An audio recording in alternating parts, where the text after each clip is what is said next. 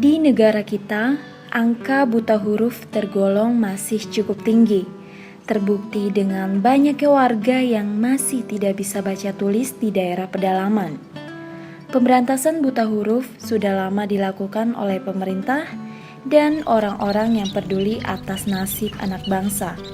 Salah satunya TK, SD, SMP Kuncup Melati Semarang yang memiliki perjalanan sejarah yang sangat panjang. Selama 65 tahun telah memberikan pengabdiannya kepada masyarakat, khususnya di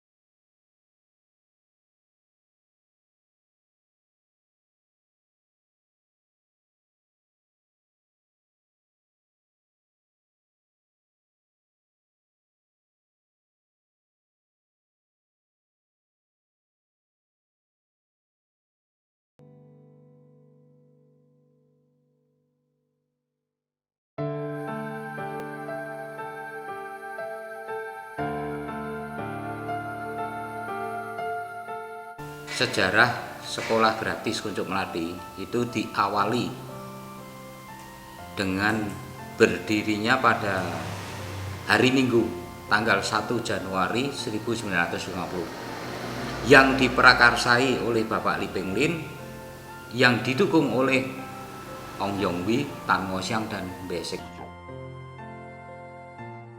Nah, kalau kita bicara masalah sekolah gratis Kuncup Melati, tentu kita kan bicara tentang yayasan terlebih dahulu. Nah, Yayasan Gongkowe ini berdiri untuk yayasannya pada waktu itu dinamakan Paguyuban, yang kemudian didirikan pada tanggal 24 September 1935 yang diprakarsai oleh Bapak Lim Kim Siang dan Bapak So Tiang Ing. Nah, pada waktu itu dinamakan presidennya dari paguyuban itu untuk yang pertama kali adalah Bapak Limolin dengan vice presidennya yaitu Bapak Ong Kim Cho. Namun sayang, tahun 1942 seiring dengan pendudukan dan penjajahan Jepang, Gongkowe ini, paguyuban ini dibekukan, yang mana aktivitasnya dihentikan dan malah dibubarkan. Kemudian disusul tahun 1947 beberapa tokoh-tokoh pendidikan di kota Semarang memprakarsai kembali agar kegiatan yaitu ceramah atau seminar tentang ajaran Konghucu ini dibangkitkan kembali. Lalu dengan ide sederhana, Bapak Li Penglin mencetuskan ide untuk membuat semacam kursus, yaitu kursus untuk memberantas buta huruf. Nah, prakarsa ini, ide yang sederhana ini kemudian didukung oleh yang tadi kita sudah sebutkan, yaitu Tan Ngo Siang, Besik Chong, dan Ong Yong Wi. Kemudian bertepatan dengan peringatan hari lahirnya Konghucu yang ke-2500 dalam penanggalan Imlek, diadakan suatu event peringatan Cising Gongcu yang ke-2500, yang mana dikemas dalam suatu acara untuk membentuk sekolah itu. Nah, Gongkowe ini kemudian membentuk suatu kursus pemberantasan buta huruf yang dimulai pada tanggal 1 Januari 1950, dan hari itu hari Minggu. Dimulailah kursus pemberantasan buta huruf, lalu ditempel satu papan nama yang bertuliskan Saujuk Ben Mang Siek Siok, yang artinya sapu bersih buta huruf. Jadi setelah 10 tahun berdirinya sekolah Gongko ini, 10 tahun berdirinya lembaga pendidikan ini, ada beberapa pengurus-pengurus yang merangkap menjadi guru wafat. Itu mengurangi pengajar-pengajar yang ada di sekolah Gongkowe. Tetapi tidak hanya berhenti di situ. Banyak donatur-donatur yang menghentikan donasi kepada sekolah ini, hingga mencapai suatu masa di mana kita namakan ini masa suram bagi sekolah Gongkowe. Nah, kejadian itu, masa suram ini terjadi hingga pada tahun 1974.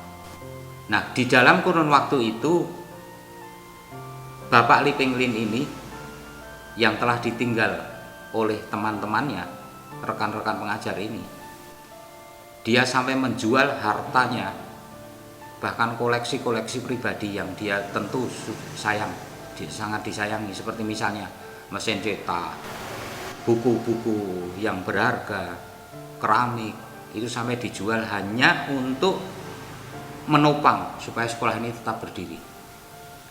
Pada tahun 1974, beberapa alumni dari sekolah Gongko ini,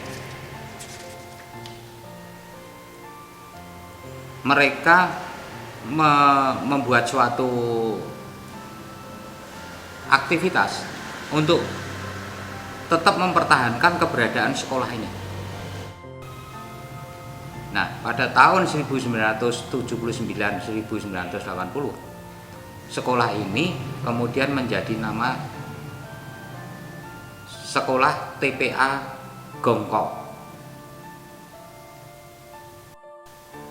Nah, kemajuan demi kemajuan mulai terlihat hingga pada tahun 1987.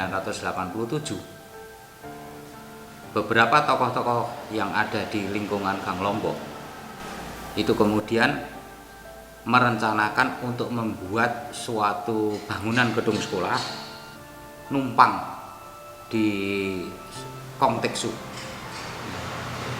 Dia numpang di situ, belum memiliki gedung hingga tahun 1992 upaya itu terwujud,